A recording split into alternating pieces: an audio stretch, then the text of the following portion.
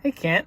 So we moved the new Monaco 500 outside to get Steve's car out, which, thank God, it's done. I drove it around the block. It ran real good. Parked it. I mean, yeah, it's loud. It's obnoxious. Came back to start it, and she don't want to go. It don't want to start.